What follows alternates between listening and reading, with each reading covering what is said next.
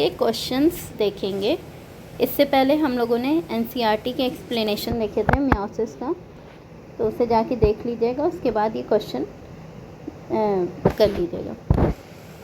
Question number 1 है diplotene stage of meiosis. ठीक है, डिप्लोटीन स्टेज की बात किया है। ठीक है, अब मियोसिस की स्टेज हम देख लेते हैं। मियोसिस जो है वो मियोसिस 1 है और मियोसिस 2 है। ठीक है, मियोसिस 1 में सेम उसी तरीके से जैसे हमारा माइटोसिस में होता था, प्रोफेज, मेटाफेज, एनाफेज, टीलोफेज, दोनों में ही ये 1 चलेगा। और ये मियोसिस 2 में सब कुछ 2 चलेगा। ठीक है, मेटाफेज, एनाफेज, टीलोफेज। ठीक, ये सभी चीज़ 2 है। अब ये डिप्लोटीन कहाँ से आया? ये प्रोफेज 1 की स्टेज है। तो यहाँ पे हम इसको याद कैसे करते हैं? ला ज़रा पैकेट दे। ठीक, ऐसे हम इसको याद करते हैं। अब क्योंकि ये लेप्टोटीन है, जाइगोटीन है, पैकेटीन है, तो ये डिप्लोटीन है। क्योंकि सब में 3 चल रहा है इसलिए डिप्लोटीन है। और ये है डायाकाइनेसिस। अब हम इस क्वेश्चन को देखते हैं। इन्वॉल्व्स, ऑप्शन देखिए, involves crossing over between homologous chromosome. Crossing over हमारा होता है किस स्टेज में? पैकेटीन सब स्टेज में होता है।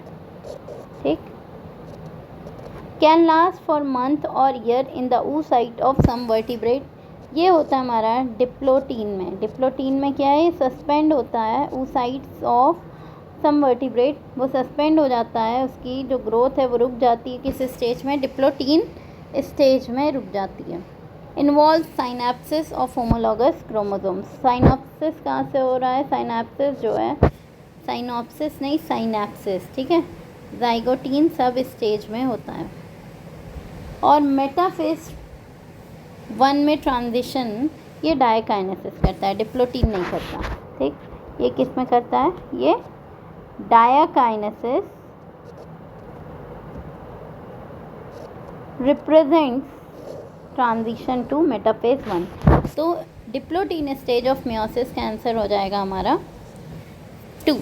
कैन लास्ट फॉर मंथ्स और year in the oocyte of some vertebrate. Hope आपको समझ में आ रहा होगा। Question number 2, enzyme recombinase activity is in. Option 1 pachytene, option 2 zygotene, option 3 leptotene and option 3 diplotene.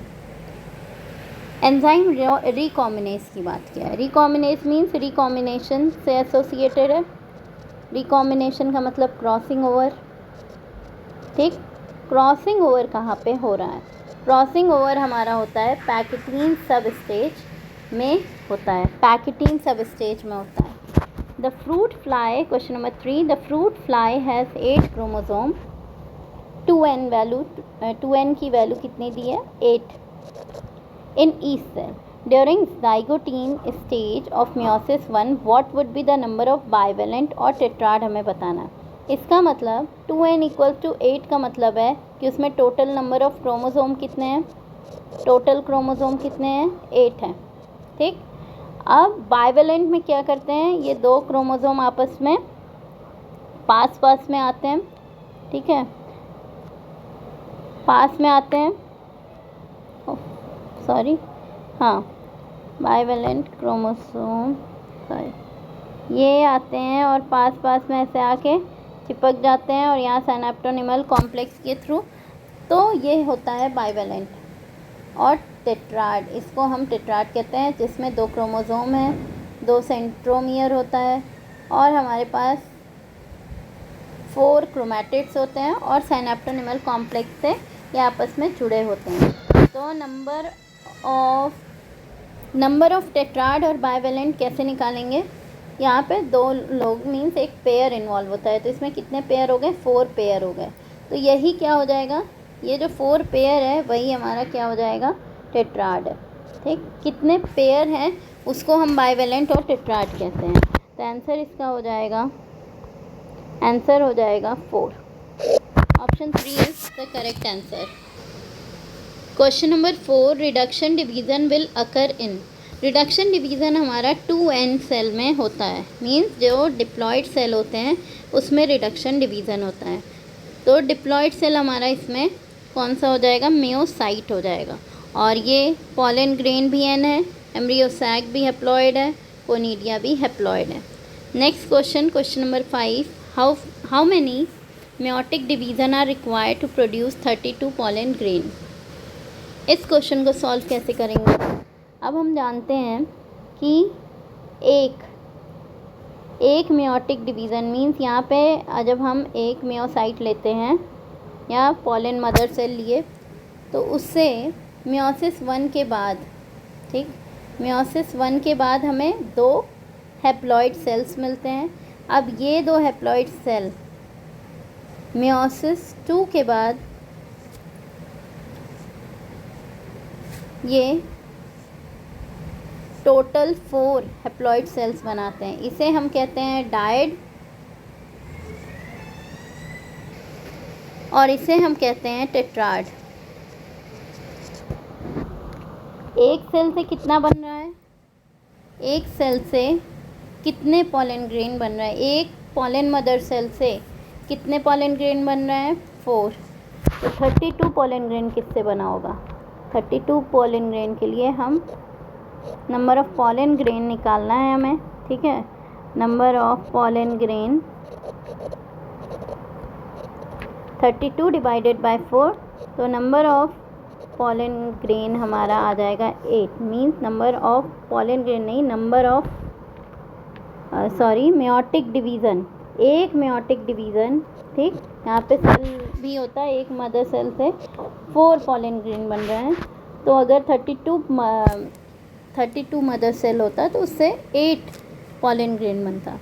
But यहाँ पे हमें एक ये भी हो गया, और बट इस क्वेश्चन में क्या पूछा है, 32 पॉलन ग्रेन है, 32 पॉलन ग्रेन है, नंबर ऑफ़ मेयोटिक डिवीज़न बताना है। तो number of meiotic division 32 pollen grain के लिए 32 पॉलन ग्रेन के लिए कितने मेयोटिक डिवीज़न कराने पड़ेंगे, तो कितने, तो यहाँ पे लिख दो बस, कुछ नहीं, नंबर ऑफ़ मेयोटिक डिवीज़न, ठीक। यहाँ पे एक बार डिवाइड कर रहा है तो 4 सेल बन रहे हैं, ठीक। तो हमें 32 सेल बनाना है तो कितने बार माइटोटिक डिवीज़न होगा, 8 4 ज़ा 32, ठीक है। तो 8 मेयोटिक डिवीज़न होगा। नेक्स्ट क्वेश्चन आते हैं, तो इसका आंसर हो जाएगा 8। Third is the correct answer. The 4 chromatid of homologous chromosome becomes distinct and clearly visible as ये बहुत इंपॉर्टेंट है, as tetrad in which stage of prophase 1 होना चाहिए। प्रोफेज के किस स्टेज में हमें दिखता है, ठीक है, किस स्टेज में दिखता है, क्लियरली विजिबल। बनता किस में है, जाइगोटीन में, बट क्लियरली विजिबल होता है पैकेटीन में। नेक्स्ट क्वेश्चन है टर्मिनलाइजेशन, टर्मिनेशन नहीं है, ये क्या होगा, इसको करेक्ट कर लीजिए आप लोग, ठीक है। ये होगा हमारा terminalisation,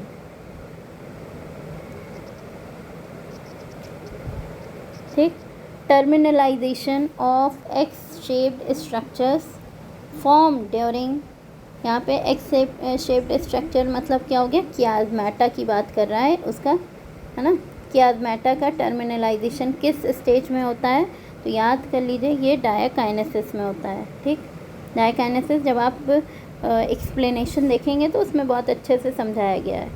next question number 8, splitting of centromere occur in, splitting of centromere किस में होता है, तो एनाफेज़ 1, एनाफेज़ 2, मेटाफेज़ 1, मेटाफेज़ 2। तो इसमें हमें समझ में आ रहा है कि यहाँ पे किसकी बात हो रही है, मियोसिस की। तो मियोसिस 2 जो होता है वो माइटोसिस जैसा होता है। एनाफेज़ 1 में कभी भी सेंट्रोमियर डिवाइड नहीं होगा, बट एनाफेज़ 2 में होगा, जो कि इक्वल किसके होता है, माइटोटिक डिवीज़न के जैसा ही सब चीज़ माइटोसिस की तरह होता है। आप लोग को समझ में आया होगा।